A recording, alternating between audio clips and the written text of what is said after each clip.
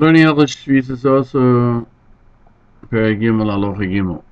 The Rambam begins, V'sharo Keri B'zman Hazeh B'Yom HaKippurim. Somebody who saw an emission today in our times on Yom Kippur. The Peirush we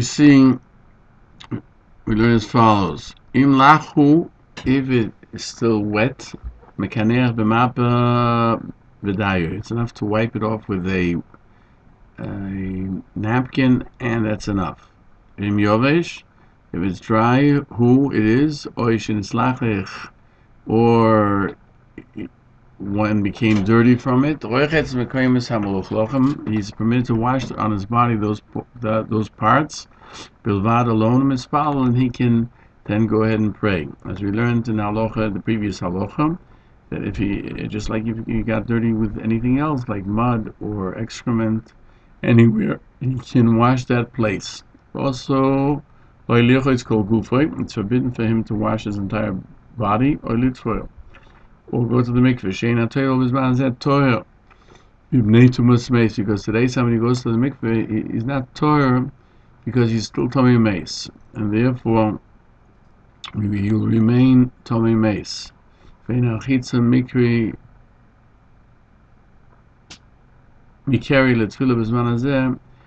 the washing for oneself, meaning going to the mikveh, in our times from carrying elominik, it's only a custom. A Osor.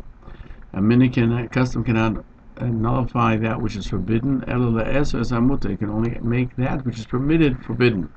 Like Amru, and they didn't say in Yuma 88:1 that somebody who sees an emission on Yom Kippur goes to the mikveh. Only at the time when they enacted that one should go to the mikveh if he saw an emission before he prayed or learned. For Avianu, we already explained in the Tefillah that this takona has been nullified. After Ezra enacted it, it was forbidden by Bezdin that was after him, and they enacted that one shouldn't pray until he goes to the mikveh, not only not learn Torah. And in Hilchos Tefillah, Rambam adds that this was nullified because the people found it was impossible to accomplish it, and even though halachically it's permitted to daven without going to the mikveh, they would go to the mikveh for davening. As the Rambam writes, there was a custom that spread in Bovel and in Spain that a Balkari would not daven until he went to the mikveh. This is in keeping with the idea of Hikoin Likras Alikecha Yisrael, prepare yourself to daven before your God. And since today one is not obligated, and you can pray without going to the mikveh, one is not permitted to go to the mikveh on Yom Kippur.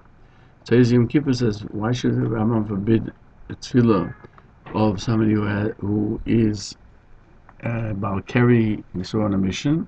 The Lechem Mishnah before mentioned that the Rambam's opinion is that going to the mikveh in its time is not a mitzvah, and even so, that somebody who's obligated to go to the mikveh can still go on Yom Kippur to the mikveh.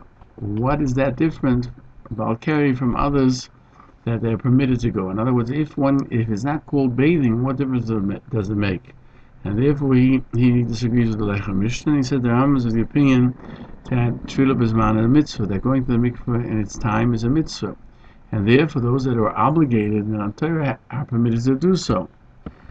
And what the Rambam says that the halacha is that somebody who has a name on his body, his name of Hashem written, has to cover it so it shouldn't be eradicated with a gumi, which is a type of grass.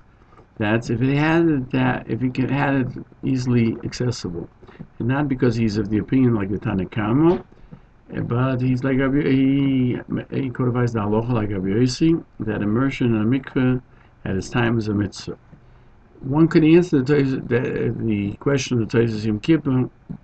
There's a difference between those who are obligated, that HaKadosh Baruch Hu permitted them to go to the mikveh because it's talking about when they were totally cleansed from their tumah, which would be when they had also the Eva Porah, the ashes of the red heifer. But about carrying somebody who has an emission that's forbidden to the Rambam to go to the mikveh is because today, when you can't anyway become Tohar completely because we are Tomei Meis, therefore the Rambam did not permit one to go to the mikveh because of carry on Yom Kippur.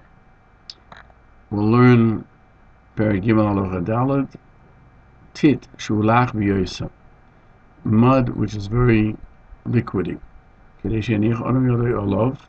If a person places his hand on it, let's see what it says in the Peirush, and he'll have a wetness on his hand, so wet if he clings one hand onto the other, the dirt will attach itself to the second hand. Then also leishev olav, it's forbidden to sit on it on Yom Kippur because it's considered like sitting in water. Yishub Levi says ubetino metapachto, in mud which is liquid. And we're talking, Abaya says, even if the wetness is enough to be felt on the other hand. What is the reason for the Isur? Rabbi says that a person who sits in this, why would somebody sit in this dirt? He cools him off, and it's very similar to bathing. Just like we understand the hot mud, so I guess they had cold mud also. The person should not fill up a vessel, which is an earthenware vessel, with water, and cool himself off with the vessel,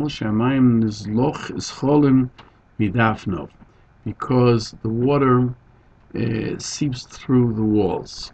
In an earthenware vessel, even if the water, if it's a metal vessel, it's also forbidden shemi natfu mayim al bsori, lest he splash, lest he splash water on his physical body, and that's forbidden. You can't even put your finger in water. The Gemara Yuma 78a writes that Rova will cool himself off with a silver cup.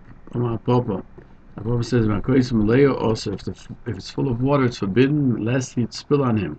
But if it's not full, it's permitted. But with an earthenware vessel, whether it's full or even empty, since the water is inside the porous walls, therefore Rashi is stringent, and he says it's forbidden. And also, a vessel of metal that's not full till the very top, it sometimes also spills. Therefore, it's forbidden. Mutalit tanein beperos, but one is permitted to cool off with fruit. As the Gemara says, that one can cool himself off with fruit by placing it against his body. Rabbi Yehuda mitztanim bekara. Rabbi Yehuda would cool himself off with a melon or a gourd. Rabbi mitztanim beYunuka, another type of a vegetable. B'Shulchan Aruch, the Halacha is codifies that it's forbidden to cool oneself off with liquid mud if it is that if the wetness can transfer onto the person, and one cannot cool himself off with vessels that have water, even if they're not full to the brim, whether it be earthenware, whether it be metal. But if they're empty, one may do so, and one may cool himself off with fruit, and a child is also permitted to do so.